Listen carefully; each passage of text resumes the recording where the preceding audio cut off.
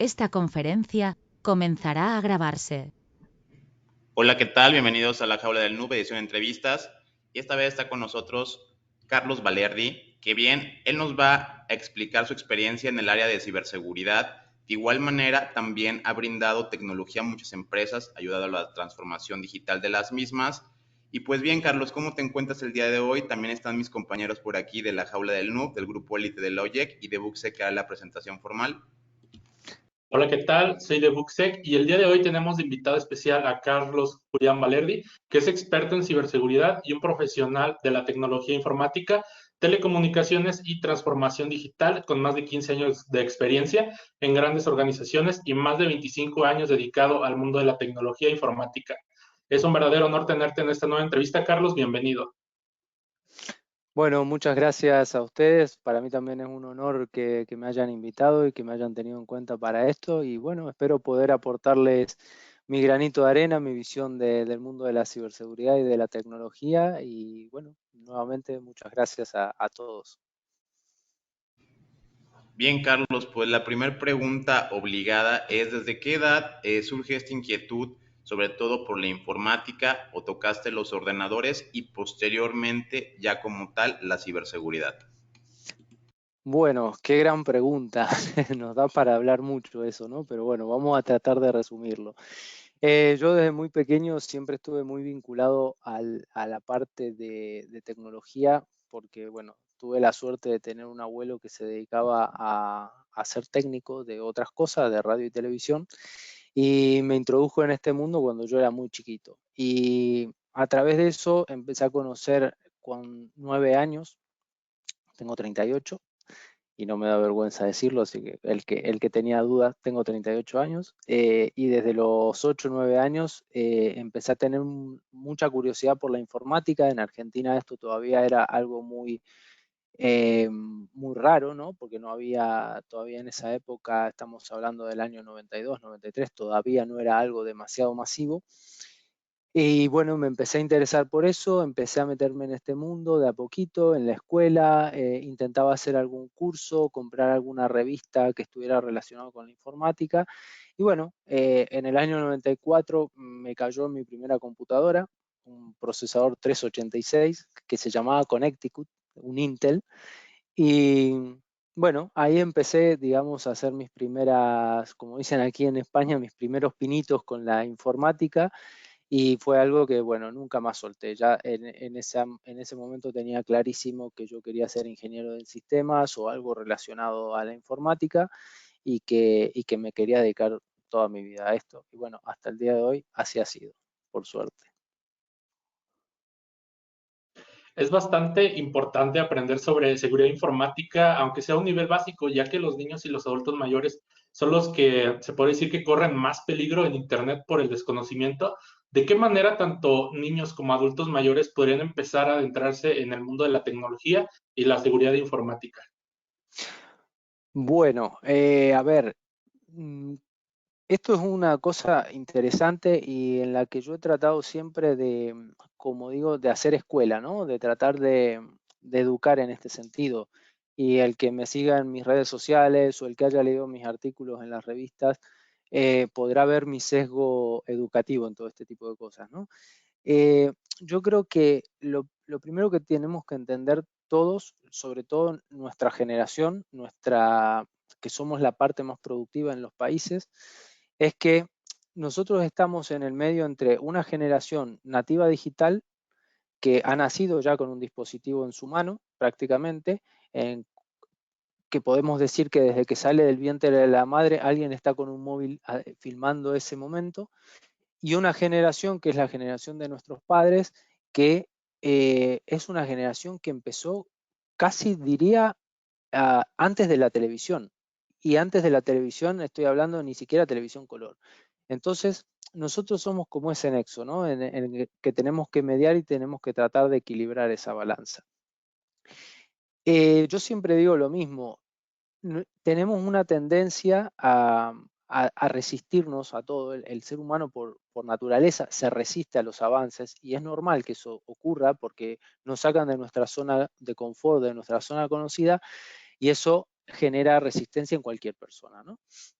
Entonces, lo que tenemos que tratar de hacer desde nuestro lugar es educar, es informar y que la gente sepa, tanto los adultos mayores que no son nativos digitales, que no nacieron con este tipo de tecnología, vamos a ser concretos, estamos hablando de tecnología informática, de un teléfono móvil, de internet, ellos no nacieron con eso, nacieron con otro tipo de tecnología, y los niños que hoy están todo el día con un móvil o con una tablet o conectados a internet, a las redes sociales y demás, tenemos que tratar de hacerles ver a los adultos mayores la parte buena de la tecnología, cómo los puede ayudar, porque la tecnología siempre va a ayudar, siempre que sea bien utilizada va a ayudar, y a los niños cuáles son los peligros que la hiperconexión les va a generar, los peligros a los que están expuestos. De hecho, en la última nota hablo de esto, ¿no? de la cantidad de datos que generamos y no nos damos cuenta que estamos exponiendo totalmente nuestra vida a Internet o a las redes sociales, y que eso nos deja totalmente vulnerables para cualquier cosa, para que nos hagan un phishing, para que cuando estemos de vacaciones nos puedan entrar a robar a nuestra casa, que eso no sería un ciberataque, pero es un ataque al fin, que nos puedan robar nuestras claves bancarias y robarnos el dinero o nuestras criptomonedas, el que haga criptomonedas, o exponer a los niños a situaciones, por más desagradables, tampoco quiero ser demasiado explícito, pero sabemos a los peligros que se expone una criatura cuando su padre publica en internet a qué jardín va, o con qué compañerito está jugando, en dónde, con qué coche lo hemos llevado, a qué hora y en qué lugar. Lo estamos exponiendo, estamos dejando que cualquier cosa pueda pasar. Entonces, yo creo que tenemos que ser esa generación que equilibre la balanza para decir, la tecnología es buena y nos ayuda, pero también tiene sus peligros y hay que saber tratarlos y hay que saber educar y hay que saber poner límites con todo este tipo de cosas. La verdad que sí, totalmente de acuerdo.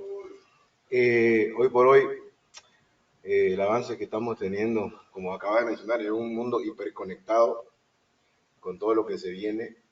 eh, Hay que tener, no cautela, hay que estar bien informado y sobre todo, de alguna manera colaborar, porque en realidad lo que se hace con estos podcasts y, y en general, digamos, la idea es informar, porque lamentablemente en las redes se distorsiona a veces el sentido de lo que es ciberseguridad, lo que es un hacker, etcétera, ¿no? Tengo entendido que tenés conocimiento que me parece la verdad muy interesante y es un tema muy, me apasiona bastante la verdad, lo que es el tema de, el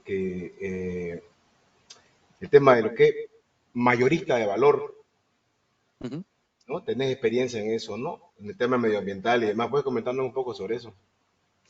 Bueno, a ver, como dije al principio, actualmente yo estoy en una compañía que es esto, es un distribuidor de valor, ¿sí? Es casi un intermediario entre el fabricante de productos de ciberseguridad, los fabricantes más conocidos y algunos no tan conocidos, pero tecnologías punteras o líderes, y el cliente final. Nosotros no llegamos al cliente final, nosotros siempre vamos a través de un partner que nos acompaña, pero nosotros lo que intentamos es agregar valor al producto que vendemos. Es decir, no somos un simple compro un firewall al fabricante y se lo doy al partner para que se lo para que se lo venda al cliente. No.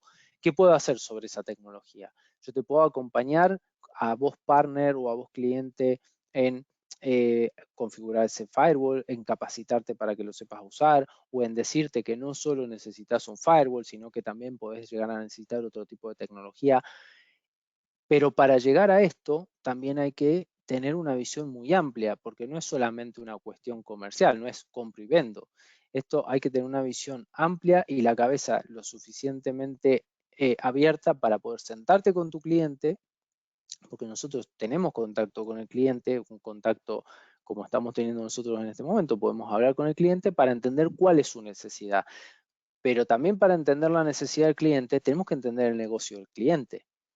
Tenemos que saber qué es lo que le duele al cliente. No es lo mismo una consultora que una empresa que tenga su parte industrial o que genere energía, como o una que genere alimentos, o sea, a cada uno le va a doler una cosa distinta.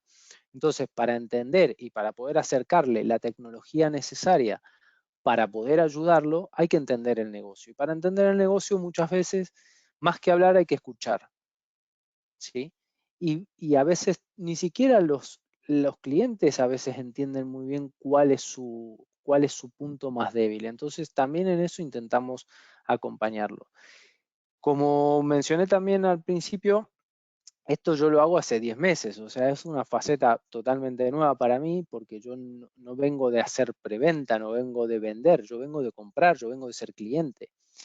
Y como cliente y como director de IT y de ciberseguridad por casi más de 12 años, en empresas grandes y en empresas de infraestructura donde nuestro negocio era construir, ¿sí? Construir un gasoducto, construir una planta o gestionar un instituto de energía nuclear de los más importantes del mundo y poder dar soporte a esa gente para que haga investigación en lo nuclear y demás, te da esa visión, ¿no?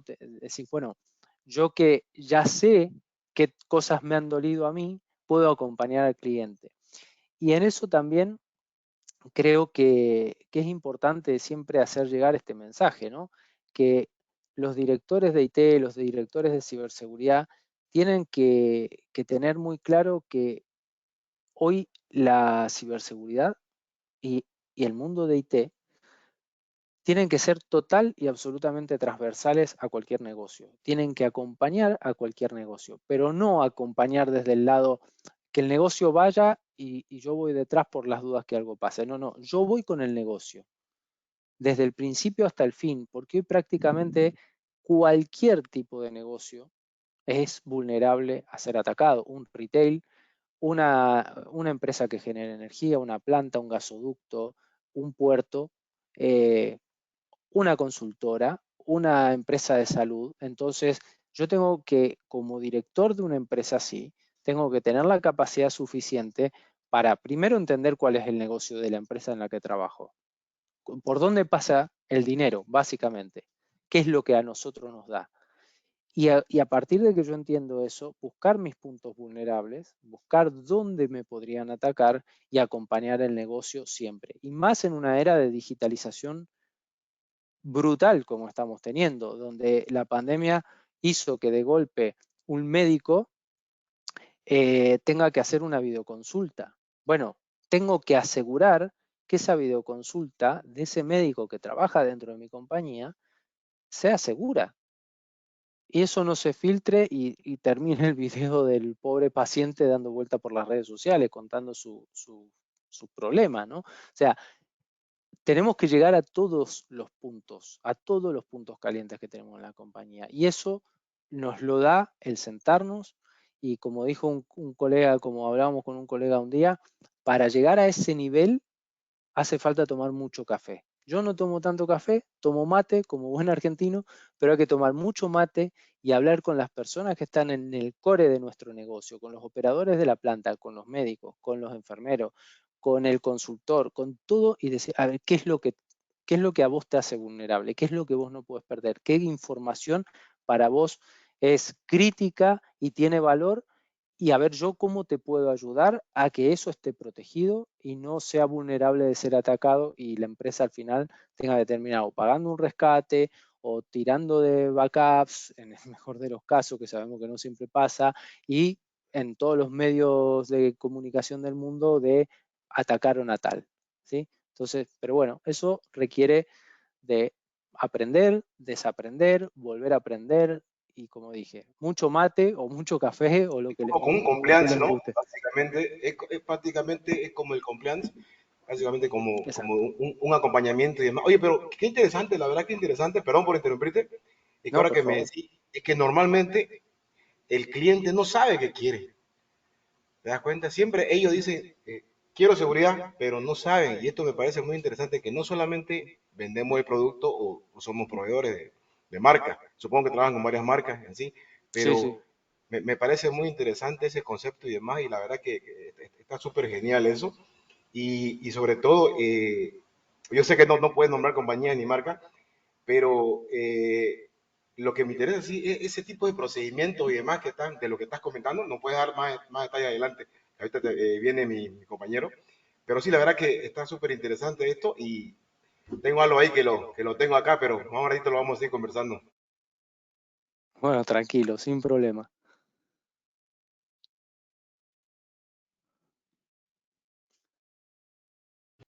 Bien, me gustaría me abordar el tema de los delitos informáticos, ya que siempre que hay un ciberataque, pues generalmente se deriva en esto.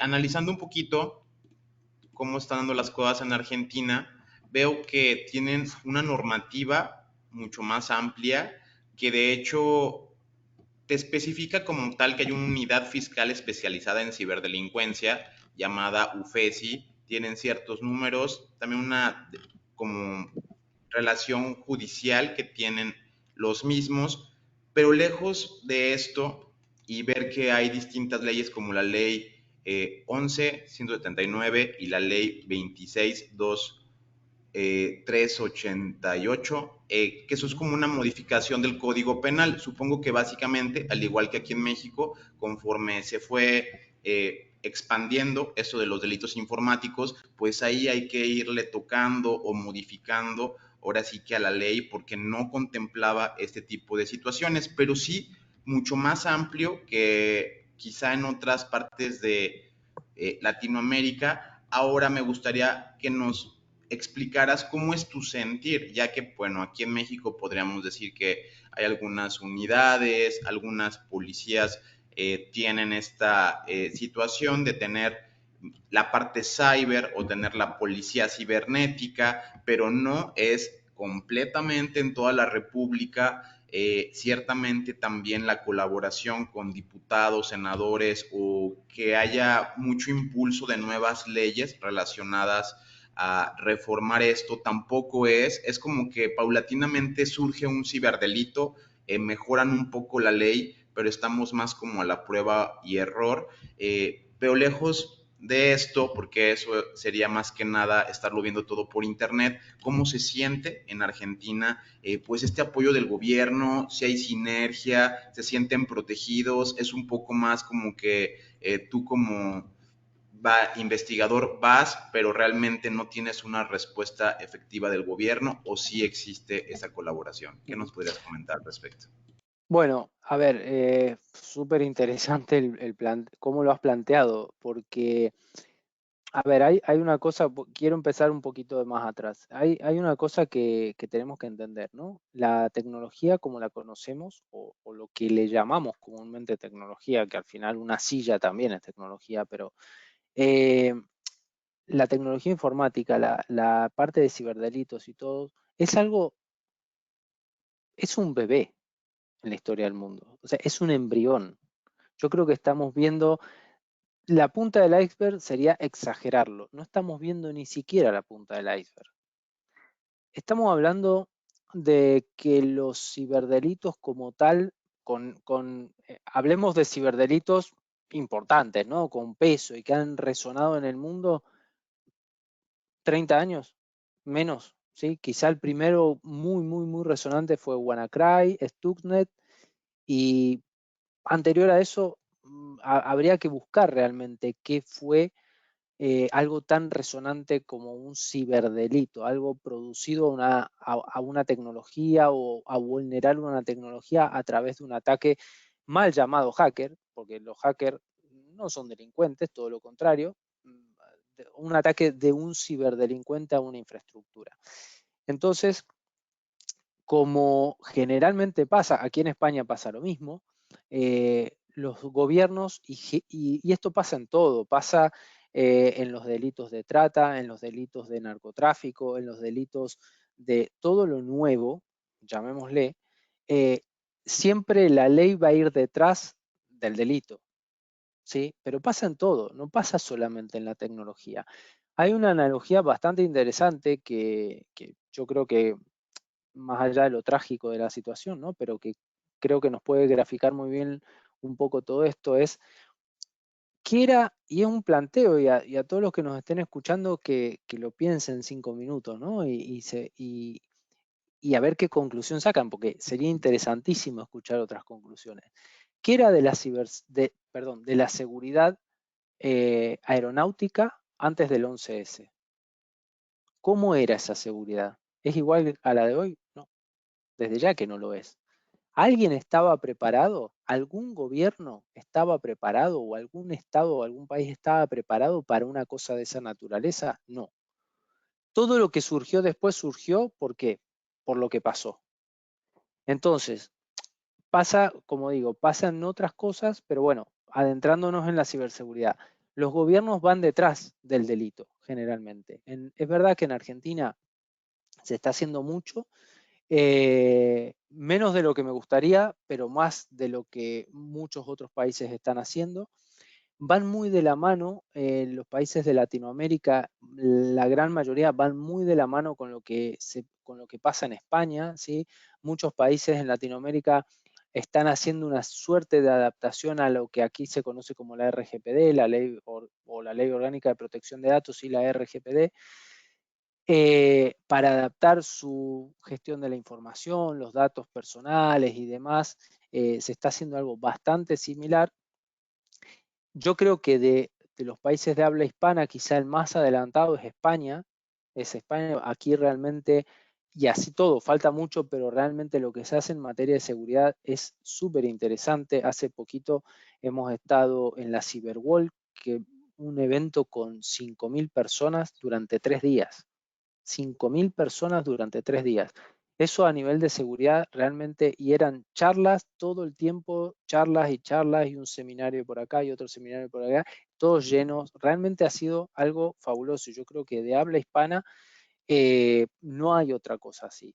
Y es como la punta de lanza para que los países actúen en eso. Entonces, en Argentina, hace unos años atrás, hace bastante, hubo uno de los casos más resonantes de pedofilia, de trata, o sea, de intercambio de material de pedofilia a través de Internet, y quien lideraba esta red era una de las personas más conocidas en el mundo, un psicólogo que hablaba del tema, y sin embargo era él el capo de una red, ¿no?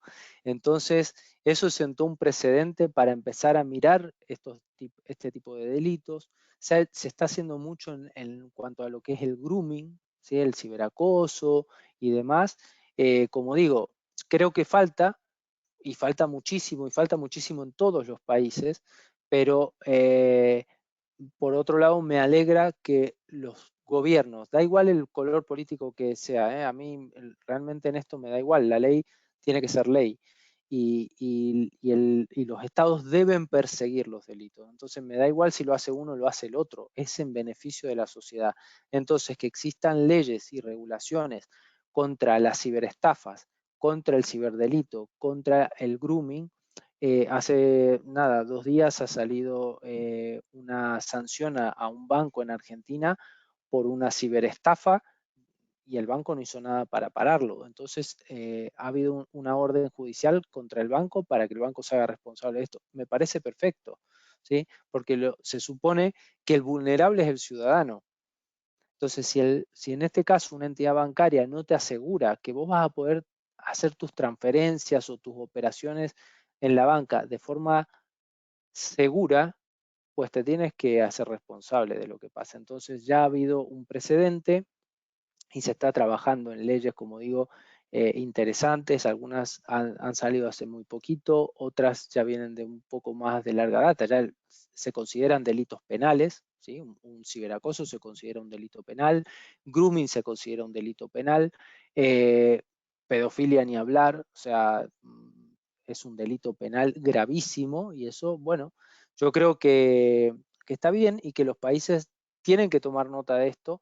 Los gobiernos tienen que tomar nota de esto y tienen que hacer lo imposible porque estas cosas se aceleren al máximo, porque el país que no tenga una ley contra este tipo de cosas, al final está omitiendo el delito. Entonces, bueno, creo que se tiene que trabajar todavía más, de forma más dura contra todo este tipo de cosas. Algo que es bastante común son las criptoestafas o algunos youtubers ofreciendo invertir en tal lugar, las apuestas por internet y demás. ¿Cuál es tu visión de todo esto?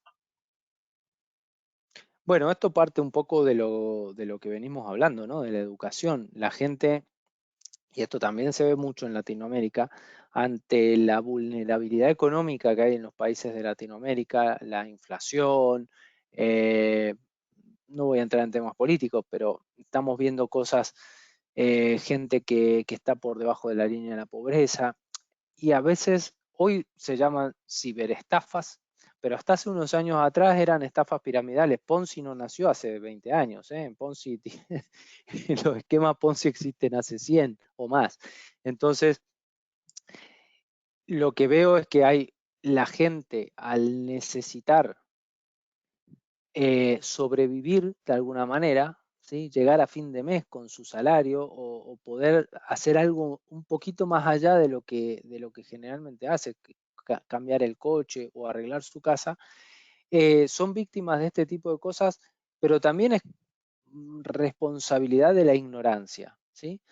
Eh, yo una vez hice un comentario en una charla que era sobre otro tema, sobre la energía nuclear, pero hice otro comentario pero que creo que aplica a la mayoría de las cosas, ¿no? La ignorancia hace 100 años, bueno, de alguna manera estaba justificada, ¿sí? No soy de justificar la ignorancia, pero hace 100 años uno dice, esta persona es ignorante, bueno, es que no tiene acceso no tiene acceso a comprarse un libro, o no tiene acceso a una biblioteca, o no tiene acceso a alguien que le explique con total y absoluta honestidad y sin ningún tipo de sesgo cómo es tal o cual tema. Hoy en día no. Hoy en día con Google, la ignorancia uno la elige. Entonces, obviamente que tampoco uno se puede guiar por todo lo que dice Google, pero sí es cierto que a veces la gente, en vez de investigar un poquito, es decir, me han ofrecido esto o me han dicho que le pase mi frase semilla de MetaMask porque me van a... Y si leo y si busco, me han ofrecido tal cosa en Google, quizá me encuentro con que es una estafa. O si antes de abrir un correo electrónico lo pienso y reviso la URL del correo que estoy abriendo, o pienso, si yo tengo una cuenta en este banco, no tengo. Entonces, ¿por qué voy a hacerle caso a lo que me está diciendo de que me van a ejecutar una deuda? Ayer mismo a mí me llegó un correo de Jeff Bezos diciéndome que era adjudicatario de 2.500 millones de dólares. Y presentándose como si yo no supiera quién es Jeff Bezos, ¿no? Entonces, pero uno tiene que tener esa, digamos, es como todo, ¿no? Esa educación, y yo creo que esto es un trabajo que hay que hacer como en su momento se hizo el trabajo de que la gente utilizara el cinturón de seguridad en un coche, ¿sí? O que la gente se ponga un casco y calzado de seguridad si va a estar en una obra porque se le puede caer algo y partirle la cabeza en dos. En esto también hay que hacer escuela y hay que educar, insistir. Esto es phishing. Cómo se puede identificar un phishing? ¿Qué cosas no tenés que hacer? ¿Por qué un banco nunca te va a pedir este tipo de información por correo electrónico? Es parte de nuestra tarea también en la radio. Y lo que están haciendo ustedes ahora, que es hiper valioso, es educar, insistir. Y si hay que repetirlo 1000 veces, pues se repite 1000 veces. Pero la gente cae víctima de estas estafas por una necesidad de salvarse, porque creen que se van a hacer ricos, y en esto, si se quiere, también un mensaje, nadie se va a hacer rico de la noche a la mañana. Son 2 o 3 personas las que han tenido la suerte de que hace 20 años o 10 años atrás les pagaran una pizza con 10 bitcoins, se le ocurrió guardarlo por ahí por las dudas y hoy es multimillonario. Es una persona. Pero eso no nos pasa a todos. Eso no es real, no es algo que es sencillo de que ocurra. Entonces, prestar más atención, desconfiar y si uno no sabe, busque o pregunte. Hoy en día preguntar es muy sencillo. Hay foro, está LinkedIn, están las redes sociales, están ustedes, estamos nosotros. Pregunten, no cuesta nada. Si demoras un par de horas más en hacerte millonario, no va a pasar nada. Pero desconfiar, siempre desconfiar en este tipo de cosas, porque lo que digo, nadie te va a regalar dinero, nadie te va a regalar 10 Bitcoin, ni nada por el estilo. Nadie tiene por qué pedirte tu frase semilla de una billetera de criptomoneda. ¿Se entiende, no? Ni la clave bancaria, ni nada, nada de todo eso. Entonces, desconfiar siempre.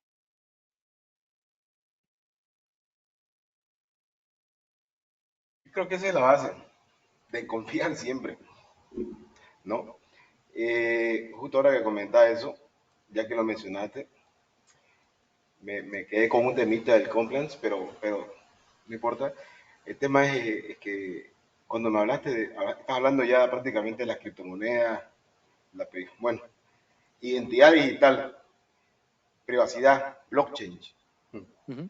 Una ecuación, ¿será que esa ecuación, cómo la ves? Porque prácticamente cuando se habla de criptomonedas, todo el mundo, hay personas todavía que piensan o sea, tener dinero o sea, el dinero descentralizado, de alguna manera, crea cierta desconfianza, ya que estamos hablando de confianza, Ujú. ¿no? ¿Quién lo controla? ¿Quién lo o sea, es algo que a muchas personas las tiene todavía como que dando vuelta. ¿Será, puedo comprar, puedo invertir? ¿Es recomendable? ¿Te das cuenta que hace cuánto? Creo que hace unos 2 meses estaba por los casi 40.000 y estamos en 18, 20. ¿Te das cuenta cómo ha fluctuado eso? ¿No? Ujú. Entonces, yo creo que eso nos dice mucho, ¿no? No quiero tanto entrar en esa materia, pero ya que hablamos de confianza, hablamos de ciberestafa y como la idea es educar y demás, me gustaría escuchar tu opinión personal, no empresarial, personal, sobre qué pensás de las criptomonedas, qué pensás de la seguridad de blockchain, que de ahí también surgen los NFT, el Ethereum, bla, bla, bla. Me gustaría escuchar de manera personal qué pensás de todo eso, blockchain as a service. Bueno, a ver, primero que nada, todas las opiniones que yo te voy a dar son a título personal, ¿sí? Yo soy una persona muy honesta y muy concreta. Lo que pienso, lo digo y no tengo un discurso comercial para que suene bonito. Yo lo lamento para el que no le guste, pero realmente todas las opiniones son siempre a título personal. Em, con respecto a las criptomonedas, a ver, es un mundo y una tecnología apasionante. Yo creo que así como lo dije del resto de la tecnología informática y demás, estamos recién empezando a ver el embrión de lo que puede llegar a ser. Y digo de lo que puede llegar a ser porque no nos olvidemos que en el mundo han surgido muchas cosas que después no fueron. Y muchas cosas que fueron furor y después no fueron, ¿sí? También es cierto que las criptomonedas se enfrentan con algo que es muy poderoso y que es el poder de los bancos y de los estados, ¿no? Entonces, pasa también con otro tipo de cosas. Lo podemos ver con el petróleo. ¿Mm? O sea, los coches eléctricos son una maravilla, pero realmente van a poder contra ese lobby de las petroleras para que las petroleras desaparezcan. O sea, tenemos que pensarlo. Yo lo planteo. Después, ¿qué pienso yo? Pues pienso que tenemos que ir hacia un mundo más sustentable sin ningún tipo de duda, porque nos estamos encargando de destruir lo único que tenemos seguro, que es el mundo, ¿sí? Lo estamos destruyendo y estamos haciendo que esto cada vez vaya a peor con el cambio climático, con la pandemia. Por bien o por mal, se han hecho las cosas horriblemente mal en el mundo. Entonces, tenemos que tomar conciencia sobre esas cosas. Bien, las criptomonedas no son algo que quede alejado de esto. Al final de cuentas, tenemos monedas descentralizadas, tenemos monedas que están ancladas al dólar, tenemos criptomonedas de todo tipo. ¿Qué ha hecho bueno la criptomoneda? Y en esto yo creo que es una de las cosas que a la larga se van a ir afianzando más. Yo creo que de lo mejor que han hecho las criptomonedas es insertar a muchísima gente en el mundo a que aprenda sobre finanzas, sobre inversiones y que esté pensando en un futuro. Es decir, quizá empezaron con la criptomoneda y hoy son inversores de crowdfunding o son inversores que compran acciones o compran fondos o compran ETF, porque a través de las criptomonedas, que es algo que llegó prácticamente a todo el mundo, a cualquier persona, no hacía falta que yo fuera un millonario y que tuviera contacto con un agente de bolsa, no, me bajaba una aplicación en el móvil, hacía el registro y ya podía estar comprando criptomonedas. ¿Qué pasa? Que mucha gente ha perdido mucho dinero, mucha gente se ha hecho rica, pero mucha ha perdido, y a partir de perder, yo creo que ahí está la gran enseñanza, ¿no? El hacerse rico de la noche a la mañana no nos enseña nada, pero el perder el dinero sí nos enseña. ¿Qué nos enseña? Que no es llegar y comprar, sino que tengo que aprender, tengo que saber qué estoy comprando, tengo que saber qué hay detrás de ese proyecto. Atrás de las monedas fiat, del euro, del dólar, del yen, hay países que la respaldan, hay un proyecto de país. ¿Por qué la gente confía en el dólar o en el oro? Porque hay proyecto de país. Yo no estoy confiando solo en un papelito verde, estoy confiando en el país que emite ese papelito verde y que respalda ese papelito verde. Entonces, las criptomonedas, al ser tantas, tengo que ver qué hay detrás de ese proyecto, qué tecnología hay, para qué se está creando, cuál es la finalidad de la red que se está creando para llegar a lo que quiero. Entonces, confío en ese proyecto, más allá de lo que me diga un gráfico o de que me hayan dicho que, ojo, que Elon Musk va a comprar Dogecoin. A mí me da igual. Si Dogecoin es una moneda que no sirve, no la compro. Salvo que, bueno, crea que me voy a hacer rico de la noche a la mañana. Entonces sí, pero ahí está lo que hablábamos, ¿no? La falta de educación financiera, educación en ciberseguridad, educación en todo. La educación tiene que ser un pilar fundamental de todos. Entonces, yo invierto en criptomonedas, invierto en mercados financieros, invierto en un montón de cosas, pero lo hago educándome. Antes de poner un centavo en algo, lo estudio, lo analizo, pregunto, busco, y cuando estoy seguro, invierto. Y tengo totalmente controlado mi riesgo en lo que voy a invertir, porque sé que puede fallar. Porque a veces el ser humano tiene ese sesgo de creer que lo que está haciendo está bien. Ah, si yo compro acciones de, no sé, de Apple, van a subir porque es Apple y porque lo digo yo. Bueno, sí, puede ser que la historia te consolide lo que vos crees, pero eso no quiere decir que mañana siga siendo igual. Entonces, ¿en qué nos tenemos que preparar? Nos tenemos que preparar en lo que es poco probable que pase. Lo que decía más temprano. Era poco probable que dos aviones se estrellaran contra las Torres Gemelas, lamentablemente, ¿no? Era totalmente improbable y sin embargo pasó. ¿Y quién estaba preparado para eso? Ni las aseguradoras estaban preparadas para eso, ¿sí? Hoy hay seguros que te cubren contra eso. Entonces, hay ciberseguros, o sea, yo una empresa contrato un ciberseguro por si me atacan. Entonces, lo mismo, ¿no? Educación, yo creo que las criptomonedas son un buen instrumento, el hecho de que estén descentralizadas son un buen instrumento. ¿Quién las controla? Y las controlan los que compran y los que venden y los que apuestan por eso, en definitiva. Uno está confiando en que Bitcoin va a subir porque hay mucha gente que lo va a querer. Bueno, supongamos que es así, pero estudiémoslo, porque yo te puedo estar dando mi opinión, pero la tuya puede ser totalmente distinta. Entonces quizá a ti no te conviene, o tu horizonte o tu idea sea otra. Entonces quizá a mí me conviene comprar Bitcoin y a ti no. Una persona de 80 años hoy podría invertir en una empresa que pague dividendos, por ejemplo, anuales. Quizá no le conviene. Claro que no, es que como, por ejemplo, un niño que vaya a la tienda y se compra una fruta y la transacción, el Bitcoin, ¿cuánto demora en hacer una transacción? No, una señora de 90 años a comprar fruta no va a poder pagar con Bitcoin, no va a saber usarlo de repente. O sea, es un poquito medio, ¿no? Pero sí, como una alternativa, de la manera que me lo plantea, oportunidad. Yo lo veo oportunidad, Correcto. como digo, yo también invierto un poco. De hecho, que muchas personas piensan que el Forex es un engaño. Hay que saber jugar. El que sabe de scalping, vos debes saber muy bien lo que es un scalping. entrar, salir y ya, digamos, no ser tan ambicioso, porque a veces es como que te agarran, ¿no? Porque todo depende de relaciones políticas, sociales, económicas, y ahora, hoy por hoy, eso, la verdad que está demandando tanto, lo hace fluctuar demasiado, ¿no? En el tema que hablamos de inversiones. Pero No, y sí, es aparte correcto. te sumo una cosa, Pul, la psicología. La Correcto. Ah, no, psicología de totalmente. uno cree Totalmente. que le va a ganar al mercado. Uno es un- Sí, una célula en un mar. O sea, uno no va a poder ir contra un banco que en un momento está transaccionando 10 mil millones de euro dólar. exacto.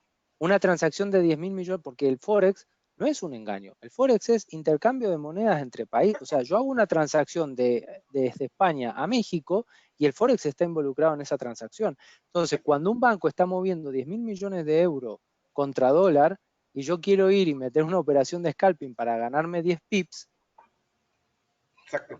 o sea, va a ser lo que el banco decida hacer en el mercado. Y yo puedo decir, no, pero es que está la media móvil, está no sé qué, el Fibonacci, pero si el banco va y mete una operación en mi contra, a mí me revienta. Y Entonces, cuando las eso hay que velitas entenderlo. le tiran esa caída y vos decís, ahí es el Claro, impulso. Va a rebotar, y ahí y le tiras exacto, a 500 el PIB.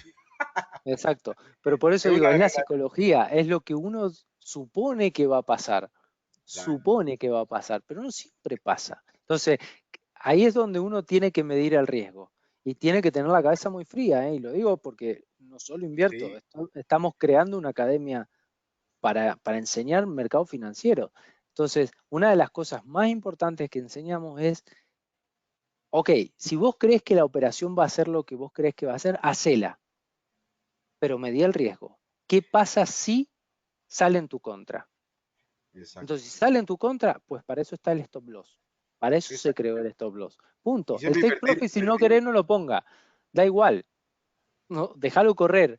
Pero el stop loss usalo, porque es medir cuánto estás dispuesto a perder si lo que vos creías que iba a salir de una manera sale de la contraria. Ya está.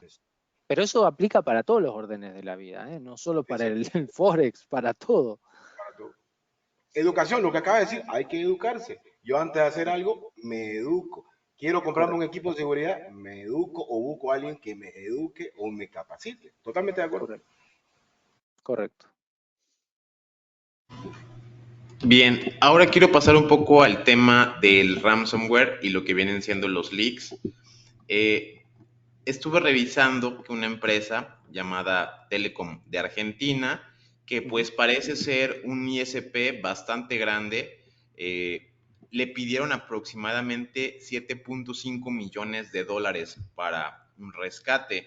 ¿Qué es un ISP? Son esos que te proveen el servicio. Ahora Ujú. buscando la página, entras a telecom.com.ar y pues la página dice, nosotros te protegemos, tu empresa crece, te damos ciberseguridad, o sea, es como un contraste a veces que parece que estamos jugando o remando en contra o remando en círculos.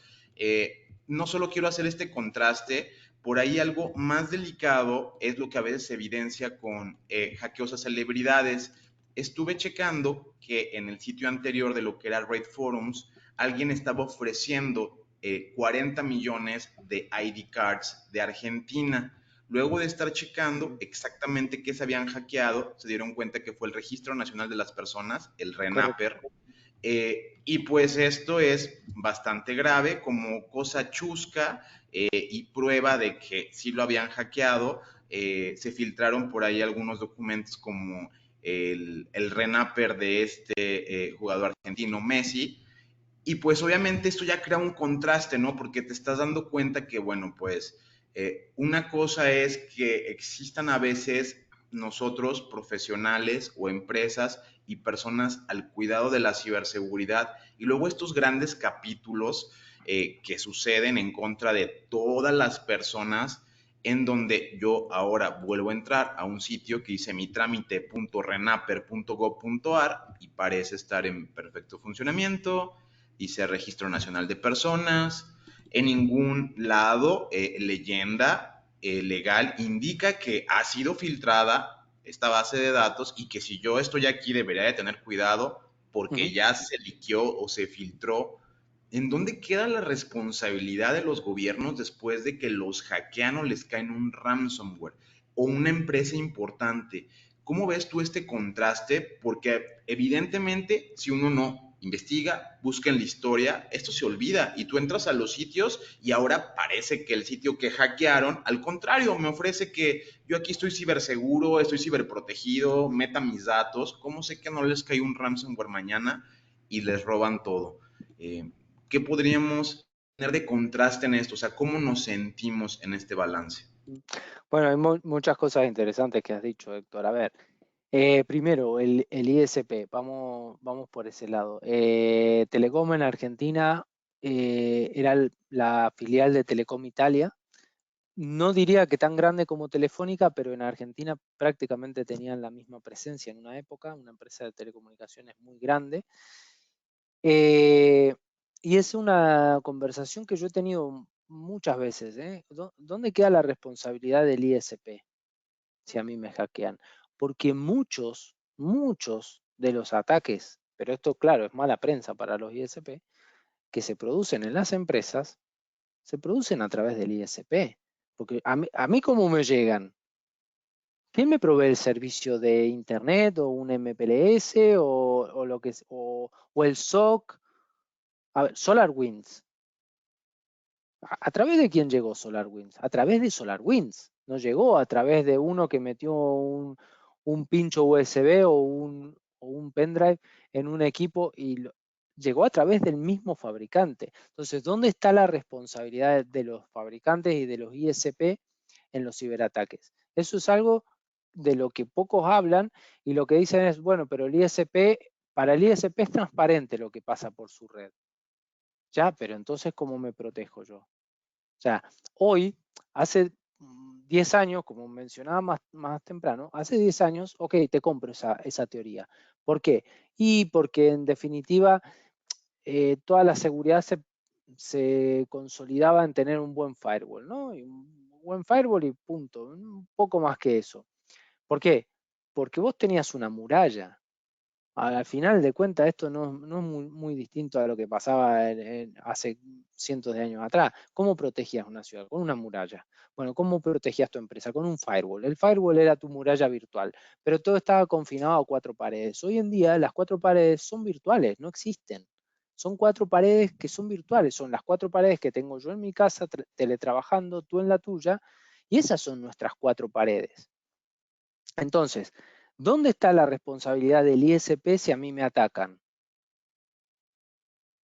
Porque están pasando por su infraestructura y no están detectando ese ciberataque. Entonces, creo que habría que plantear si realmente esto debería ser así. Por otro lado, RENAPER es el Registro Nacional de las Personas de Argentina. O sea, todos los datos de los ciudadanos argentinos están cargados en RENAPER. Todos, absolutamente todos, ¿sí? Entonces, lo llamativo de esto es que el ataque a RENAPER se produjo unos días antes de las elecciones de medio término de Argentina del año pasado. Y lo dejo ahí, ¿eh? No voy a hacer ningún tipo de apreciación al respecto. Pero es llamativo, ¿no? Que se filtren los datos de 49 millones de habitantes una semana antes de las elecciones, ¿no? Entonces, realmente, y acá redoblo la apuesta, y digo, ¿los estados están preparados a nivel de ciberseguridad para proteger a los ciudadanos? No, la respuesta es no, no lo están. No lo están. No lo está Argentina. En España hemos visto ataques al CEPE, que es el organismo público que se encarga de pagar los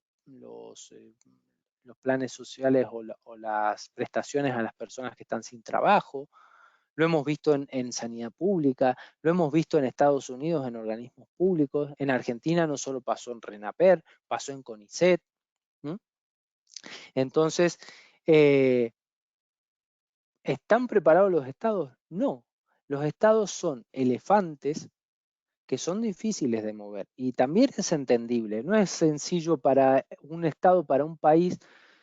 Vamos a dar el ejemplo, México. No es sencillo para el gobierno de México decir de un día para el otro, bueno, vamos a modernizar el Estado Y no nos vamos a conformar con que las organizaciones o los organismos públicos tengan un firewall nada más. No, vamos a implementar firewall, vamos a implementar un EDR, pero además vamos a implementar un XDR y un NDR. O sea, vamos a redoblar todas las apuestas posibles. Pero además, todos los empleados de la administración pública van a tener mínimamente un doble factor de autenticación con una plataforma que permita una autenticación biométrica para asegurarnos de que ese usuario es quien dice ser, y vamos a ir al Zero Trust. No confío en nadie. Pero acá está Carlos Valerdi. No sé si es Carlos Valerdi, que lo demuestre. Bien. ¿Están los estados preparados para eso? No. No hay asignaciones presupuestarias en ningún estado para ese tipo de cosas. Y como digo, son elefantes. Implementar eso en un país puede llevar tranquilamente 5 años o más, dependiendo del tipo de país, dependiendo cuál sea la brecha digital entre lo que tiene y lo que debería tener. Porque hay estados que no tienen absolutamente nada. Yo he estado en administraciones públicas donde todavía están con Windows 95 o 98. Entonces, su brecha digital son 30 años. No es fácil actualizar 30 años. Y ya me voy un poquito más adentro del país. Las empresas. Hay empresas, no las voy a nombrar, pero hay empresas que proveen sistemas a prácticamente empresas de energía de todo el mundo, que yo lo he hablado también con ellos, digo, pero ¿por qué siguen siendo tan vulnerables? La informática no apareció ayer. Apareció hace 30 o 40 años como la conocemos hoy. Empezó a ser incipiente desde ese momento. ¿Por qué dejan que los sistemas sigan siendo vulnerables? ¿Y qué te contestan? Y si tuviéramos que actualizar todas las plantas que tenemos en el mundo con ese sistema, no nos daría la vida para hacerlo. Entonces lo dejamos en manos de cada empresa, que cada uno proteja su perímetro. Entonces el problema aquí es que estamos ante una revolución que ha ido más rápido de lo que somos capaces de entender y de lo que somos capaces de acompañar. Y el Estado, sobre todo, los Estados a veces están más preocupados por otras cosas que por la ciberseguridad. Realmente yo no creo que hoy en Argentina, con lo que está pasando, estén muy preocupados por la ciberseguridad. Realmente lo digo y con mucha tristeza, y con muchísimo respeto por Argentina. Pero yo no creo que los políticos en Argentina hoy estén realmente pensando en si el RENAPER esto o el RENAPER. Yo creo que están más preocupados por otras cosas. Y eso juega en contra, porque alarga la brecha digital. Entonces mañana ya se cargaron al RENAPER, ya tienen todos nuestros datos. Mañana las tarjetas de crédito. Pasado mañana el CONICET, que es el centro de investigaciones más grande de la Argentina, con lo cual hay investigaciones de científicos que son confidenciales. Entonces yo no sé si eso no ha quedado vulnerable.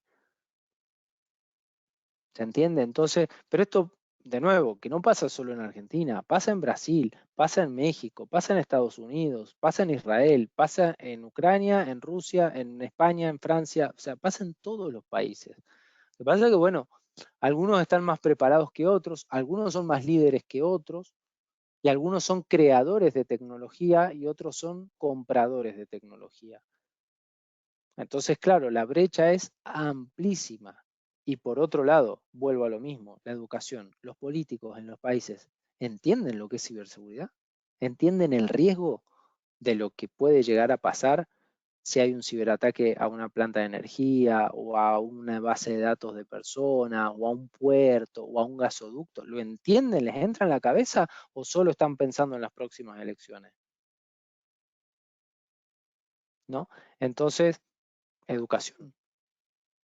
Educación y educación y educación y tener gente preparada en el estado que sea. Vuelvo a repetir que esto no es Argentina o México o España, es todos. Tener gente preparada y que entienda la problemática, porque si es un problema para una empresa, imaginemos lo que es para un país. Lo vimos con Colonial Pipeline. Ya lo vimos lo que puede pasar. Entonces, tiene que haber gente preparada y organismos preparados con gente que sepa mucho y que se haya dado muchas veces contra la pared para poder estimar el riesgo de no implementar tecnología conseguir el presupuesto necesario y estar a la altura de las consecuencias. ¿Sí? Las consecuencias las vemos todos los días, no hace falta estar pensando qué podría pasar. No, pensemos lo peor, nos cargan una planta nuclear, ¿cómo actuar? Eso es lo que tiene que pasar y no pasa, realmente pasa y muy poquito y contados con los dedos de una mano, pero en general no pasa. Sacando un poco el tema de la guerra entre Ucrania y Rusia, ahora no nada más participan los ejércitos de estos países, sino también se están enfrentando grupos de cibercrimen. ¿Crees que esto en algún momento se puede llegar a salir de control y quizás se vuelva una guerra cibernética a nivel mundial? Wow, qué, qué importante lo que has dicho. Yo creo que a ver, lo que hablamos, salvando las distancias de lo que hay, ¿no? Lo que es el perímetro de una empresa, la guerra hoy no tiene perímetro, la ciberguerra no tiene perímetro. O sea, pensemos lo siguiente, y a mí me gusta ser muchas veces muy desafiante con las cosas que planteo porque me gusta que la gente piense. Y es más, me encanta que me discutan y que me demuestren que no es como yo lo creo porque eso nos nutre a todos, ¿no? Pero yo digo, hoy vemos una guerra clásica, si se quiere, sí, con armamento, despliegue de tropas, bombardeos, una guerra que pocos de nosotros creíamos que íbamos a volver a ver. Y yo creo que nos ha sorprendido un poco a todos, ¿no? Lo que está pasando entre Rusia y Ucrania y que espero que termine muy pronto, porque la verdad que no es agradable para nadie una guerra de ese tipo. Pero digamos que es algo conocido, ¿sí? No somos ajenos a lo que es que caiga una bomba, que vuelen un edificio. Lamentablemente no somos ajenos a eso. Ahora bien, ¿qué pasa cuando esa guerra se sale de lo convencional, deja de ser una persona armada o una persona manejando un tanque o un cazabombardero o un buque y pasa a ser una persona que está en algún lugar del mundo sentado en una computadora ofuscando todas sus conexiones y conectándose a una VPN, vamos a decir, de algún país, por no nombrar a ninguno, y a través de eso, ¿qué hace? Se carga una planta nuclear o un gasoducto, no voy a ser tan, vamos a decir un gasoducto. Se carga un gasoducto, porque lo puede hacer tranquilamente, ¿eh? O sea, no cargárselo de dejar de hacerlo operar, lo puede hacer explotar tranquilamente y sabemos que es así, no estoy diciendo nada secreto. Bien, una persona desde su casa o desde algún lugar del mundo sentadito, tomando su Coca-Cola, comiendo su lo que sea y teclea un par de cosas y se carga un gasoducto. ¿Eso dispara o no dispara una guerra?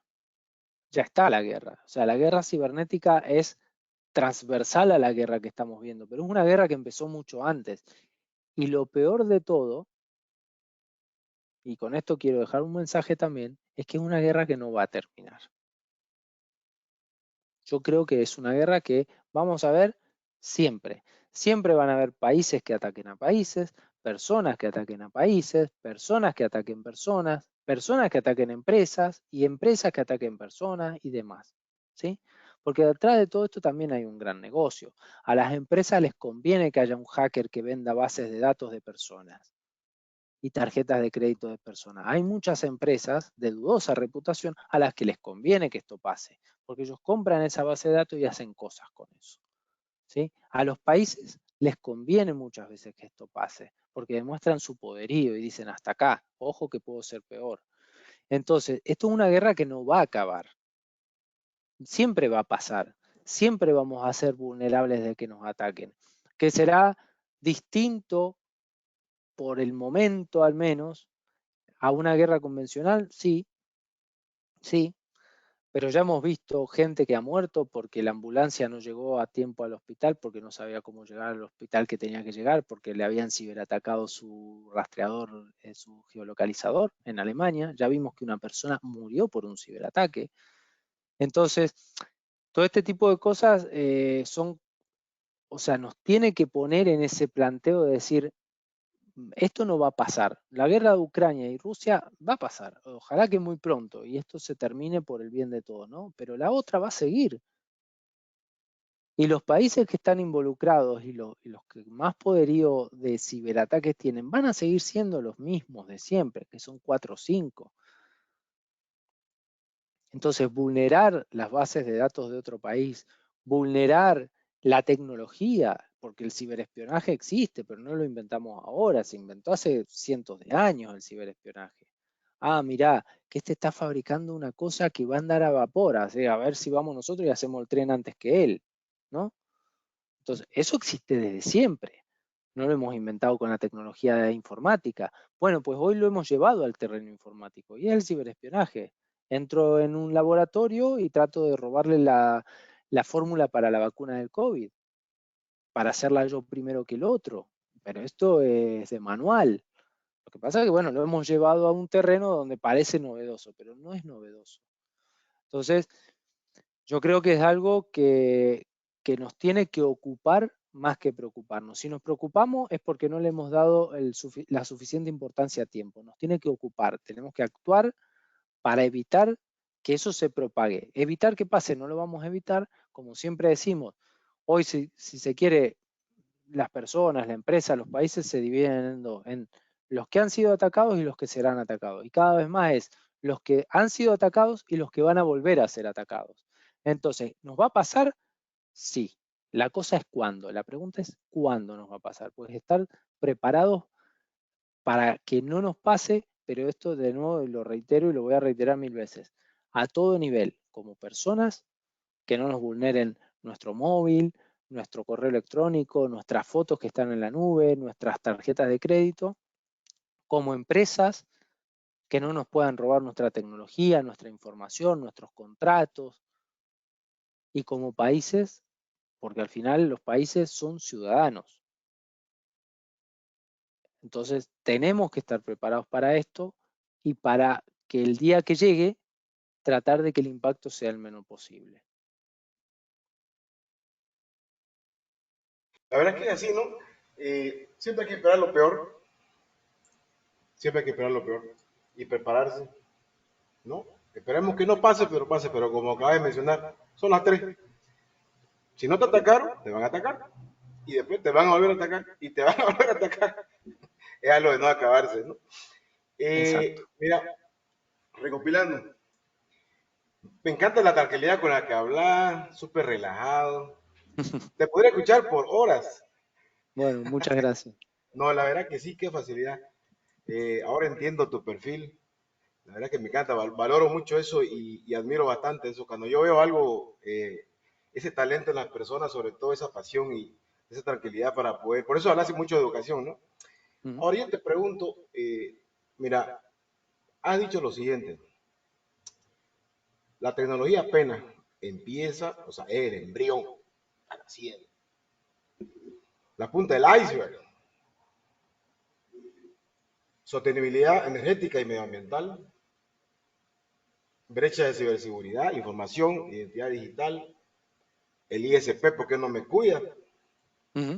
Guerra nuclear que nunca acaba. ¿Vos qué propones? ¿Qué harías? Porque ya sabemos que hay que educarse, hay que leer, hay que estudiar, pero ahora con esto, no te voy a decir millennials, porque creo que estamos ahí todavía. Somos Así nosotros. que somos todavía. Esto es puro bárbaro. Así que, no, y de hecho, con tu edad, mira, imagínate, yo te ponía unos 27. No sé, buena gente. 27, bueno, ojalá. No. Entonces, con todo lo que acabas de comentar, ¿vos qué proponés, qué pensás? ¿Qué consejo me da Carlos Valerdi? O sea, ¿qué piensa él? ¿Cómo él se protege? ¿Cómo él se prepara en este mundo hiperconectado que es un embrión, punta del iceberg y con todo lo que hay? Vos personalmente, ¿qué crees? Aparte de educarse, leer y demás, ¿cómo vos lo harías? ¿Cómo vos ayudarías al mundo, a las personas que te están escuchando en este momento, que están en pañales y que solamente quieren hacer un TikTok y ser millonarios de un día a otro, o ser gamer, o no sé, o hacer millonarios en la criptomoneda y no saben ni siquiera cómo funciona o cómo funciona el Internet, ¿no? Entonces, ¿cómo nos ayudaría y qué propone Carlos Valerdi? A ver, esto también es algo que me gusta mucho, ¿no? Cómo poder ayudar desde el lugar de uno. Entonces, lo primero, a ver, ¿cómo me protejo yo? Yo predico con el ejemplo, primero que nada. Entonces, ¿tengo redes sociales? Sí, por supuesto que tengo redes sociales, claro, porque no soy ajeno al mundo en el que vivo, ¿sí? Ahora, ¿qué hago con mis redes sociales? Y ese es el primer planteo que le hago a todos. ¿Qué hago con mis redes sociales? ¿Me expongo o trato de mostrar lo mínimo indispensable o ser atemporal con lo que muestro? Y ahora digo, ¿por qué atemporal? Va a ser rarísimo, rarísimo, hiper rarísimo que alguien encuentre una foto mía en una red social de mis vacaciones en el momento en que yo estoy de vacaciones, por ejemplo. Yo cuando me voy de vacaciones, me voy de vacaciones. Las fotos las subiré después si es que quiero, porque tampoco siento la necesidad de subir una foto si estoy en donde sea que esté de vacaciones. Si yo quiero que alguien que yo tengo ganas de que vea mis fotos las vea, se las envío a esa persona y ya está. ¿Sí? Primero que nada. Mis claves son hipercomplejas. Invito a todo el mundo a que haga lo mismo, ¿sí? Tener claves seguras, evitar el nombre del perro y el año, o el nombre del hijo y el año en que nació, bueno, ese tipo de cosas, ¿no? Tener un antivirus, pero parece algo del pasado, pero sí, hay que tener un buen antivirus en nuestros equipos y en nuestros móviles también, porque el móvil hoy es un portátil, una computadora portátil y donde llevamos la mayor cantidad de información. O sea, cualquiera de ustedes que nos estén escuchando, siéntense un minuto, abran su móvil y vean la cantidad de información que tienen en su móvil. Correo electrónico, su currículum, acceso a sus cuentas bancarias, acceso a su información personal del país o de la vacunación o de las fotos de las vacaciones y de los hijos y de todo lo que sea. Eh, ¿Han pensado en toda la información? O sea, tienen más información a veces en el móvil que en la cabeza. Mucha gente tiene más cosas en el móvil de lo que es capaz de recordar, que es un ejercicio que, por ejemplo, yo hago. Yo no anoto nada, yo no tengo agenda, yo me acuerdo de las cosas para usar la cabeza, porque si dejo todo librado a la suerte de una agenda, al final, ¿para qué necesito acordarme si me va a sonar una alarma? Y el cerebro lo uso cada vez menos. Entonces, es, como digo, ¿no? Protegernos, entender que somos vulnerables y esa frase de, ¿quién va a querer hackearme a mí? No, si nadie te quiere hackear a vos, no te creas tan importante de que alguien va a venir a hackear a Carlos Valerdi. Es que el ataque va a llegar a través de algo y vas a ser una víctima más, como miles de personas que pueden llegar a ser víctimas de ese mismo ataque. Nadie va a ir a buscar las fotos de Carlos Valerdi en la playa. A nadie le importan mis fotos en la playa. ¿Qué le importa al que me ataca? Vulnerarme. O sea, tratar de exponerme a mí y a un montón de gente más, que es lo que le ha pasado a los famosos también. Entonces, proteger ese tipo de cosas, protegernos, evitar tener el móvil que sea un nido de juegos y de aplicaciones que desconocemos totalmente, pero bueno, la descargo, total, no pasa nada. No, sí pasa, sí pasa. Prestar atención, o sea, ser un poco más, como decíamos recién, ¿no? Un poco más desconfiado. La calculadora, la aplicación de calculadora, ¿necesita tener acceso a mi geolocalización, por ejemplo, o a mi cámara? ¿Para qué? Si yo no le voy a pestañear para sacar una cuenta. Entonces, ¿necesito darle ese permiso a una aplicación? Bueno, lo pienso, quizá no, ¿no? Entonces, ese tipo de cosas, digamos, son consejos que siempre doy, es empezar desde la base, no nos vayamos a un mundo de, no, aparte tengo un MTD en el teléfono móvil, porque la gente va a decir, ¿qué es un MTD? ¿No? ¿Cómo lo instalan? ¿Cómo? No importa. Un antivirus, tengan el teléfono con una clave, que sea lo más difícil posible, ¿sí? Ténganlo configurado para que si te lo roban no lo puedan acceder, ¿sí? Y tratemos de tener la información protegida. no pongamos la clave adelante de la gente que pueden ver qué estamos poniendo, o revisar nuestra banca electrónica en el metro o en el bus o en lo que sea, porque nos lo pueden mirar. O sea, son cosas no expongamos, como decía recién, toda nuestra vida en las redes sociales. No somos influencers. Y también invito a la gente a que piense en esto. ¿Cuántos Ibai hay? Uno. Uno. No, el mundo no está lleno de Ibais que se volvieron multimillonarios siendo youtubers.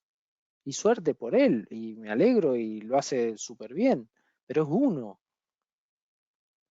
Cualquiera de nosotros hoy se hace un canal en YouTube, ¿y cuánto nos costaría tener 1 millón de seguidores? ¿Alguna vez los tendremos? O sea, a veces también es fruto de la casualidad, entonces es, bueno, hacerse el planteo, ¿no? Bueno, tengo que trabajar, y me hago un canal de YouTube. Y bueno, si tengo 100 seguidores, no importa, no dejo todo, pero me hago mi canal de YouTube y quizá algún día sea rico, o no. ¿Me voy a hacer rico con las criptomonedas? Y si no estudio, lo más seguro es que sí, me haga rico y lo pierda tan rápido como lo gané, ¿no? Que también ha pasado. Si en el momento en que a alguien se le ocurrió comprar una pizza con 10 Bitcoin, el que la vendió la pizza hubiera estudiado lo que era un Bitcoin, que hubiera dicho al final, por 2 pizzas, hago de cuenta que me salieron mal y las tiré y dejo los Bitcoin guardados ahí. Hoy es multimillonario, pero como no estudió y creyó que eso era una cosa que no los perdió. Estoy dando un ejemplo, por dar un ejemplo. Entonces, Elon Musk es uno, pero no podemos ir detrás de lo que cree Elon Musk. Y ya lo hemos visto con lo que ha hecho con Twitter, con lo que ha hecho con las criptomonedas. Entonces, Elon Musk dijo que hay que comprar tal cosa. Dijo nada. Estudia. Fíjate si eso realmente es como dice él, porque él puede tener su sesgo, él puede querer creer que eso es bueno y quizá no lo es. Lo que pasa es que, claro, vivimos en un mundo de una hipercomunicación tan grande que todos creemos que podemos ser influencers y no. La verdad es que no es tan fácil. A ustedes les debe costar muchísimo tener audiencia y demás, porque aparte tocamos temas que tampoco son súper divertidos, no bailamos y al ritmo de una canción de TikTok acá. Estamos hablando de temas súper serios y interesantes, ¿no? Y que le toca a todo el mundo que esté conectado con un móvil. Lo que nosotros estamos hablando le toca a todo aquel que tenga un móvil o una computadora. Pero la gente no se sienta a escuchar porque es aburrido que nos digan que tenemos que hacer. No, ¿para qué lo voy a hacer? ¿Para qué me voy a poner el cinturón de seguridad si yo nunca choqué? Nunca tuve un accidente. ¿Para qué me lo voy a poner? Es que justamente te lo tenés que poner para que cuando pase, ojalá que nunca más pasara, pero va a seguir pasando, estés protegido. Bueno, pues esto es lo mismo. La seguridad es molesta, es súper molesta la seguridad. A nadie nos gusta tener que poner 20 claves para acceder a un lugar. No, a mí tampoco me gusta, ¿eh? No lo disfruto en absoluto. Me parece una pérdida de tiempo, pero lo tengo que hacer por mi seguridad. Entonces, eso es lo que la gente tiene que entender. Tiene que incorporar esto a su vida porque ya es parte de su vida. Porque todos andamos con un móvil en el bolsillo que está rastreando nuestros movimientos, por dónde andamos, a qué hora, nos hace sugerencias. Justo vas pasando por un restaurante donde venden tacos de cochinita pibil. ¿Y a vos te gustan las cochinitas pibil? Porque lo has dicho. Bueno, pues ahí tenés. ¿Y cómo sabe? Pues porque nos están rastreando. Entonces seamos un poco más cuidadosos, ¿no? Ese es el consejo quizás, ser cuidadoso, O no informarse y usar, desconfiar. o no usar. Porque el otro día me dijeron, perdón que te interrumpa, Sí, sí. el otro día me dicen, no, oye, mira, no puede ser. Yo le digo, ¿sabes que todo el día nos escuchan, nos ven por estos teléfonos, hasta saben todo, esta información se vende? El otro día yo, por ejemplo, ahorita estoy con una infección en el ojo, solamente me saqué una foto para mirarlo y mandárselo a mi médico, y ya estaba la policía ahí. Y le dije, es que es normal.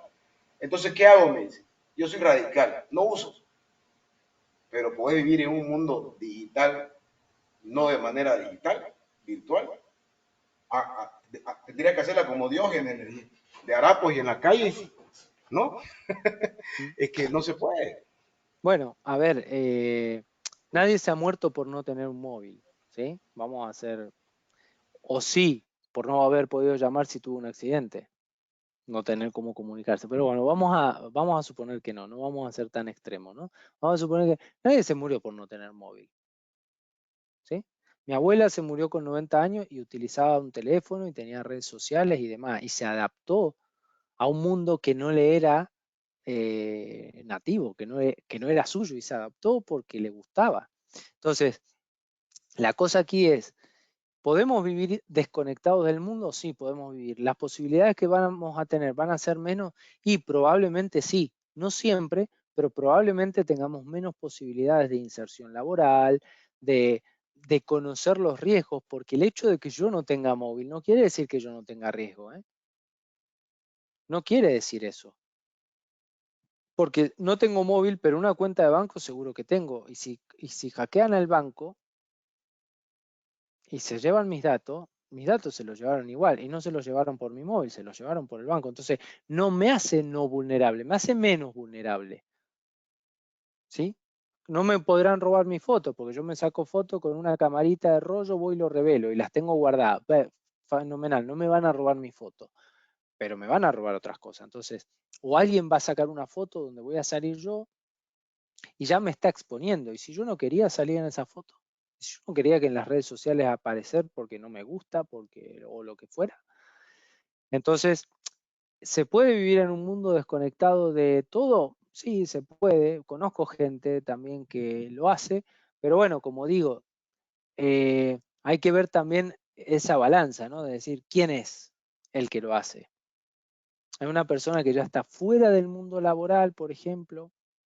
¿O es una persona que tiene o que le exige a sus hijos de, no sé, 5, 6, 10 años vivir desconectado del mundo? Yo creo que es un error gravísimo que hoy en día un niño esté fuera de la órbita de la tecnología informática. ¿Por qué? Porque ya vive en un mundo donde prácticamente la mayor parte de las cosas van a través de la tecnología informática. Y yo también hacía la analogía con que, ¿qué habrán pensado aquellos que transportaban las cosas en carreta el día que apareció el tren, ¿no? Que habrán dicho, uy, esto nos va a matar a todos, la tecnología esta, qué barbaridad. Y bueno, y hoy alguien duda de que el tren tiene que existir, nadie lo duda. Entonces, pero lo que decías recién, esto es muy incipiente, recién estamos empezando a entender un montón de cosas, en todo tipo de tecnología. Lo que ha pasado hace un tiempo atrás con esto de la foto del agujero negro y la foto de las galaxias estas que ha sacado el telescopio web. ¿Cuánta gente en el mundo realmente es capaz de entender lo que significa una foto de esas? O sea, abstraer todo y decir, esto significa, eso es tecnología también. Entonces, mucha gente no está preparada para entender eso y no está mal que no lo esté. Ojo, no estoy diciendo que está mal que no esté preparada, no. No está porque no quiere, porque no le interesa, lo que sea, pero eso no la hace menos vulnerable. Entonces, yo creo que las personas tienen que entender que el mundo al que vamos es la tecnología informática, de comunicaciones y demás, es una ola que no va a parar, es una revolución que no va a parar, no va a ser como la revolución industrial, no va a terminar, siempre va a ir a más, siempre va a haber más tecnología informática, va a haber mejores formas de comunicarnos. Empezamos hablando del 4G hace 7, 8 años atrás, ya vamos por el 5 y ya están pensando en el 6. Entonces, bueno, yo creo que tenemos que introducirnos en el mundo y entender los peligros a los que nos exponemos, incorporarlos y actuar en consecuencia. Bien, para mi última intervención me gustaría abordar lo que comentaste de las brechas digitales. Creo que eso es algo muy relevante y que precisamente abre espacio a la vulnerabilidad. ¿Qué es esto de la brecha digital? Para que lo tengan en cuenta algunas personas en casa. Tú vas al cajero, por ejemplo, al ATM, a sacar dinero, pero tú pensarías que te está atendiendo un Windows 11, el último, el más nuevo, con todos los parches, y no es así. Muchas veces puede ser hasta un cajero con Windows XP que ya ni siquiera tiene mantenimiento o tiene ese balance para el soporte de ciberseguridad. Ahora, mi pregunta de las brechas digitales va dirigido un poco a los sistemas SCADA, lo que habías comentado, lo que creo que también es muy delicado, que puedan volar un gasoducto. Acá, por ejemplo, México, seguimos siendo un país y ahora más con este presidente petrolero. Entonces, el hecho de que explotaran todos los ductos de Pemex, pues aquí acabaríamos siendo algo así como que un volcán completo, todo México. Pasa por todos lados estos gasoductos. De hecho, uno de los principales problemas que se tiene aquí es que hacen hoyos ilegales en esos gasoductos y hacen el famoso huachicoleo, donde roban digamos que esta gasolina ya refinada y luego la venden ilegalmente. El contexto aquí iría dirigido no solamente a los gasoductos, también están las energías eléctrica, también hay algunas plantas, solamente una muy pequeñita, pero de energía nuclear. ¿Cómo ves tú esta brecha digital ahora si lo ligamos a lo que viene siendo SCADA y IoT? Yo he estudiado un poquito, tampoco soy muy experto en la tecnología de los PLCs, cómo, digamos, están interconectados. Sé que algunas cosas las hacen de manera muy rudimentaria con sensores o que también esta industria 4.0 llegó como de forma muy parchada, entonces tuvieron que ir agregando cosas, pero siguen manejando el CCB, a veces siguen manejando un Windows Server ya viejito que tenían ahí por no comprar la nueva licencia. ¿Cómo afectaría esta brecha digital y si lo ves con un contraste para lo que en un futuro sería el ciberterrorismo? Bueno, a ver, el tema aquí es bastante complejo, ¿no? Porque en el mundo OT, que es un mundo del cual vengo y es un mundo hiperinteresante, realmente la brecha digital es enorme, enorme. Yo he encontrado cosas que ya rozan parece hasta un abandono, y no es así, pero es lo que parece. Entonces, una planta donde nosotros llegamos y nos encontramos que manejan sus sistemas SCADA o manejan sus sistemas de control de lo que sea, no quiero dar demasiados datos, pero con un Windows 95 o 98, uno dice, pero ¿qué tipo de seguridad puede tener esto? O sea, cero. Cero por no ser más pesimista todavía, ¿no? Están totalmente vulnerables a cualquier cosa. Y después, si vamos un poco más allá, también vemos que hay quienes se conectan a esa planta para recopilar algún dato de los sistemas que tienen estos Windows 95, sacan los datos y envían reportes de tal cosa. ¿Y esa conexión cómo se hace? Y esos datos viajan planos. O sea, si yo estoy recopilando de los PLC, vamos a dar un ejemplo, para que la gente nos entienda también. Un PLC prácticamente es un dispositivo que recopila datos y los envía.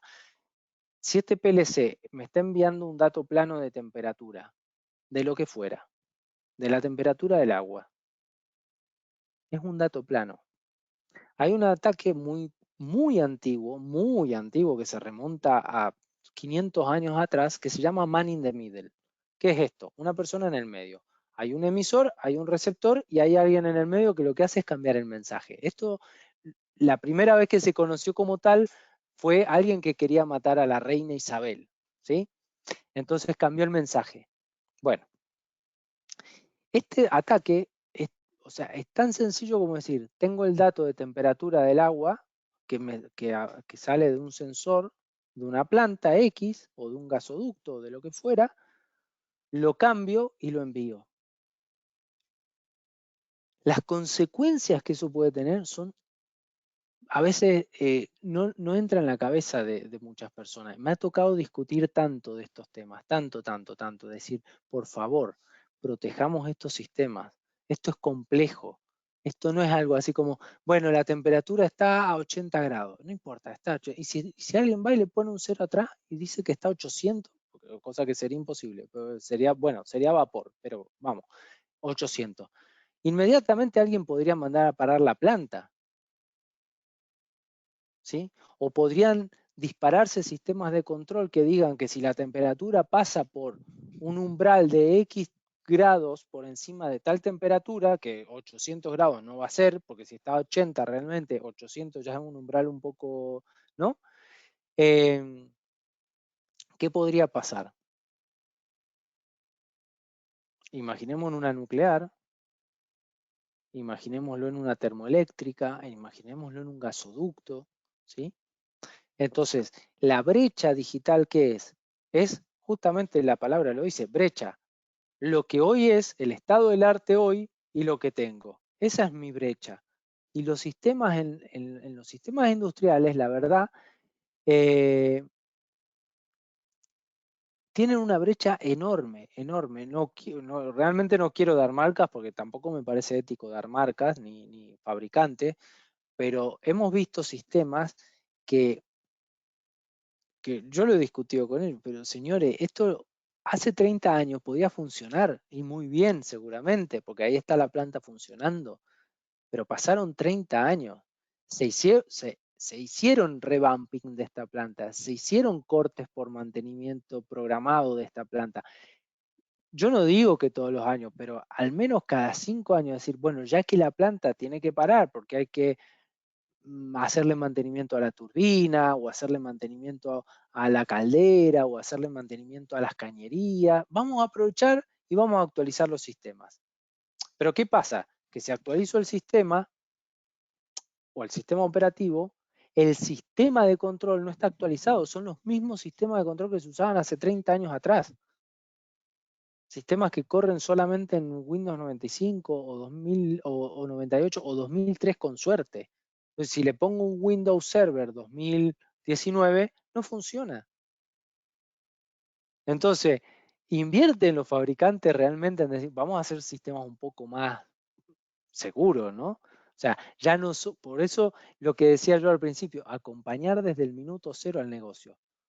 ¿Dónde está el sector de I+D de esas empresas?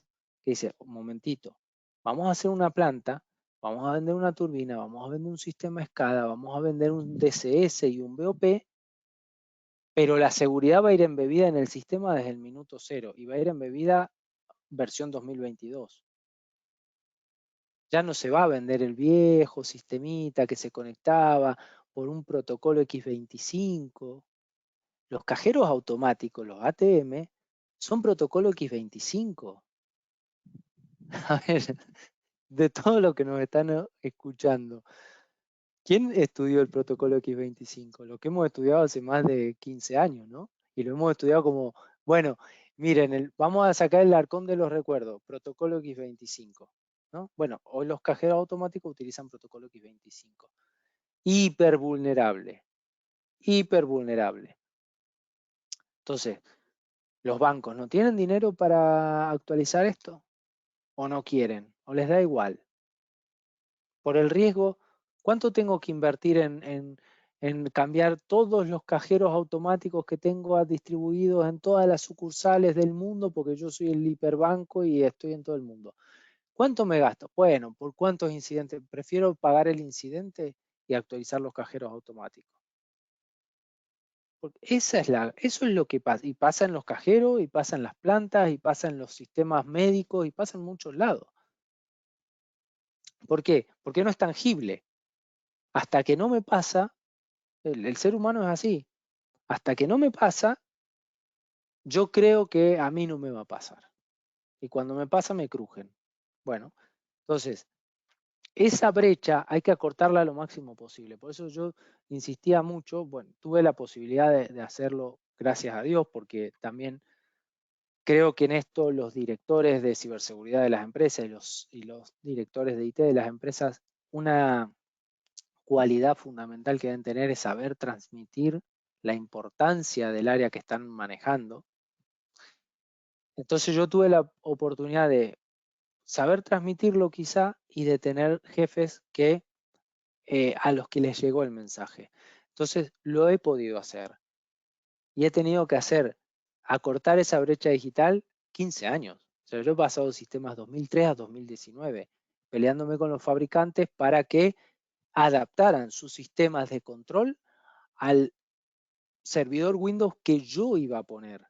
No el que ellos me exigieran que era 15 años antiguo. No, el que yo iba a poner. ¿Por qué? Porque yo tenía que proteger mi negocio. Y si no le gusta, pues buscaré otro fabricante. Claro, se dice fácil. No puedo llegar y cambiar la turbina y comprar otra turbina a otro fabricante. No, pero puedo exigir. O hacerlo responsable, lo que hablábamos del ISP. Perfecto, si tú te haces responsable de lo que pase, yo dejo el sistema como está. Pero yo, si pasa algo, te hago responsable a ti de lo que pase. Entonces, son sistemas complejos, son muy difíciles de actualizar. O sea, son proyectos, y aparte pensemos otra cosa también para quienes nos oyen. Son sistemas que no paran. Una planta de producción casi no para. Una fábrica de coches no para, está 7x24 produciendo coches. Entonces decir, no, viene el DIT con sus ideas innovadoras y se cree que vamos a parar la planta para que él actualice un Windows o le ponga un parche al sistema. Pero este está loco, que nosotros vamos a dejar de producir 1000 autos para que él ponga un parche en un Windows. Eso es no saber transmitir el mensaje. No, sí pero no voy a parar la planta de capricho, te voy a explicar el por qué. Porque puede pasar que si te atacan, no solo dejes de producir esos 1000 autos que que es el tiempo proporcional que a mí me llevaría a aplicar el parche, sino que se te puede encargar la planta y la puedes tener parada quizás 2 meses. Y si yo te pedí 4 horas para hacer una actualización, imagínate lo que perdés en 4 meses, con suerte. Pero bueno, si tú te haces responsable, yo no te actualizo nada. Ahí lo dejo. Pero yo no voy a ser la cabeza que va a rodar si pasa algo, que quede claro. Entonces, esto es que volvemos siempre a lo mismo, es educar, insistir, saber transmitir el mensaje y bueno, y, y cuando se hace, hacerlo y hacerlo bien. Y tratar de estar un paso más adelante de lo que es necesario estar, porque sabemos que por próximos 10 años no va a volver a ocurrir, ¿no? En verdad, ha sido un verdadero honor tenerte en esta entrevista. Carlos, muchísimas gracias por tu tiempo y por tus respuestas. Bueno, muchas gracias, Debag, Héctor y Pul. Realmente agradecido yo a ustedes por este tiempo, por permitirme estar con ustedes y llevar de nuevo nuestro granito de arena a todas las personas que nos escuchan y ojalá que nos escuche mucha gente. Y bueno, y los invito a todos a que sigamos haciendo este tipo de cosas porque creo que son súper importantes. Tienen mi contacto para lo que necesite, la gente, siempre estamos subiendo contenido también, como decíamos, en la radio, en la revista, así que información hay, solo hay que buscarla. Así que Hay que bueno, buscarlo. desde ya agradecido a los tres y a todos los que nos escuchan por... Excelente. No, te agradecemos a vos por tu tiempo y todo, la paciencia y demás. La verdad que estuvo genial. Yo me despido con algo. Se me quedaron varias cosas de tu parte y la verdad que fue genial. Y esta es una pregunta que a mí me gusta hacer siempre. ¿Qué tiene tu atención ahorita? Hoy, la tecnología con todo. Para vos personalmente, Carlos, ¿qué tiene tu atención en todo lo que estás metido? Porque uno no maquina 24/7, no está todo el tiempo en modo on, ¿no? Hay momentos en el que uno se relaja, comparte con los amigos, entiendo. Pero ¿qué tiene tu atención? Porque siempre nosotros que estamos metidos en esto, hay algo donde hablamos, quiero hacer ciencia en esto, o esto tiene mi atención y esto me interesa y quiero trabajarlo y a veces tal vez tengo las personas adecuadas para hacerlo o no las tengo, o de repente, porque a veces vos sabés que trabajar en equipo es genial, ¿no? O a veces también hay personas que les gusta trabajar solo, ¿no? Pero así súper cortito, súper corto, así como, ¿qué tiene tu atención Ujú. hoy? Y con eso me despido. Bueno, lo primero que a mí me encanta trabajar en equipo, ¿sí? Eso nutre a las personas. ¿Y qué tiene mi atención hoy? ¿A qué le dedico muchísimo tiempo? Es a esto, a transmitir, a tratar de mejorar cada día mi forma de comunicar las cosas para que lo que he aprendido y las cosas que he sufrido y que he visto y que he tenido que resolver no le pasen a otro, llegar con este mensaje y llegar con el mensaje de la educación, de aprender, de desconfiar y de investigar, porque eso es lo que nos va a permitir tener, en definitiva, un mundo mejor para todos, ¿no? Así que mi atención la tiene eso hoy en día, en poder llegar a la mayor cantidad de gente posible con este mensaje de que la ciberseguridad al final nos tiene que correr por la sangre, a todos. Te agradezco bastante. ¿Qué pensás de nuestro podcast? ¿Qué nos recomendás? Listo. Genial, la verdad es que me parece buenísimo. Desde ya que espero que lo sigan haciendo, que van a tener mi apoyo siempre para lo que necesiten. Ojalá que esto se repita. Ya se los he dicho, pero desde ya les hago extensa la invitación para que nos acompañen ustedes a nosotros en nuestro programa de radio que tenemos aquí en Madrid, donde también hablamos de tecnología y de ciberseguridad. Y la verdad que me ha encantado la forma en la que preguntan, la forma en la que lo encaran, la amplitud y que me den el espacio también para poder explayarme, porque a veces en esto es cierto que ser muy concreto con las preguntas, esto no es un sí o un no. Muchas veces hay que poner en contexto las cosas para que la gente, que no todos son especialistas en ciberseguridad ni en tecnología, yo siempre digo que nos puede estar escuchando Doña Rosa y Doña Rosa tiene que entender por dónde va nuestro mensaje, ¿no? Porque quizá también le llega. Entonces, para Doña Rosa que nos está escuchando, que siga escuchando este podcast porque se va a poner cada día más interesante, no tengo ningún tipo de duda. Pues muchas gracias, Carlos. En verdad es un honor haberte tenido aquí. Sin duda, pues un especialista. De igual manera, nos gustaría luego invitarte para una serie de debates que vamos a tener. Así Con todo que gusto. gracias a todos. Esto fue La Jaula del Noob. Gracias.